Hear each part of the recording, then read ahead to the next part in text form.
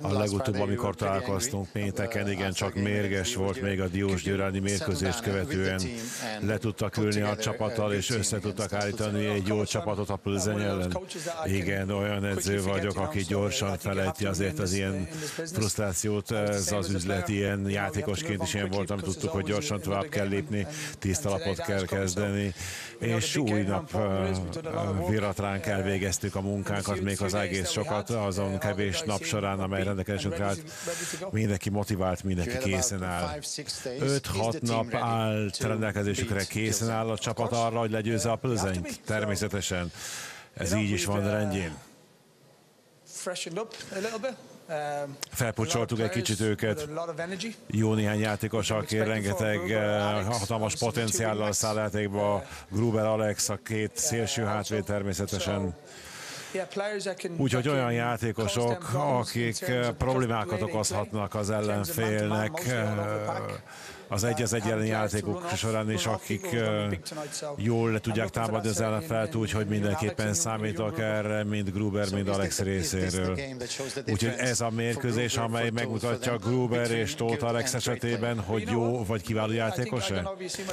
Nos, nem tudom, hogy hallgatta-e a tegnapi sajtótájékoztatómat, de ott azt mondtam, hogy addig nem tudjuk meg, amíg ki nem próbáljuk. Ki kell próbálni őket, nem lehet egyszer csak a hazai bajnokságban játszatni őket.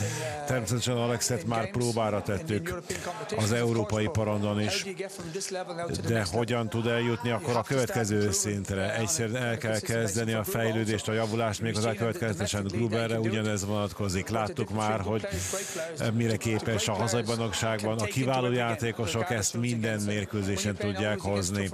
Akkor is, hogyha nehezebb ellenfelekkel elkerül sor, természetesen az nehezebb, de ez jelzi, hogy milyen fából vannak faragva, milyen karakterrel, személyiséggel rendelkeznek. Nézzük meg, mi rejlik bennük. Remélhetőleg be tudják bizonyítani a szurkolóknak és mindenkinek, hogy eddig mit teljesítettek. Egy nagyon jó mérkőzést várok. Látja bennük a nagyságot? A nagyság a kemény munka következménye, hogyha mindennapi szinten követelünk magunktól, hogyha a pályán kívül, nem csak a pályán teszik meg a helyes dolgokat, azt az extra 10-20%-ot hozzáteszünk, minden nagy játékos ezt teszi. A játékos társaim ilyenek voltak, én magam is ilyen próbáltam lenni, tehát természetesen az edzésen az edzőre is hallgat, de az edzésen kívül is. Ezek a játékosok hatalmas potenciállal rendelkeznek, viszont ezt a potenciált most a pályán is meg kell, hogy mutassák. Üstökön kell ragadniuk ezt a lehetőséget, hogy az emberek azt mondják, hogy azt a fiatal Gruber és Tóth Alex 19-20 évesek ilyen szinten tudnak játszani egy ilyen versenykírásban, és mindenkinek be tudják bizonyítani. Tegnap is azt mondtam, hogy az ilyen mérkőzéseket mindenki nézi, ez nem a magyar bajnokság. Úgyhogy én játékosként is ezeket a mérkőzéseket szerettem. Köszönöm szépen, sok sikert!